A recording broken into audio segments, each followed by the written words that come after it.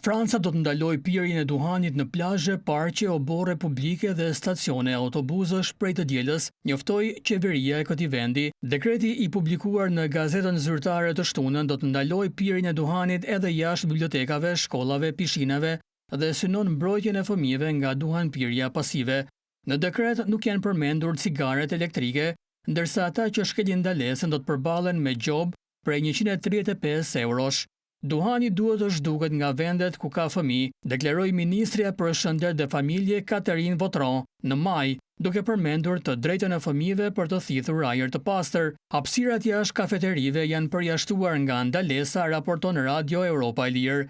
Sipas autoriteteve franceze, çdo vit në këtë shtet vdesin 75.000 njerëz si pasojë ndërlikimeve të lidhura me duhanin. Sipas një ankete të realizuar së fundmi, 6 në 10 francezë, 62% janë për ndalimin e pirjes së duhanit në ambiente publike.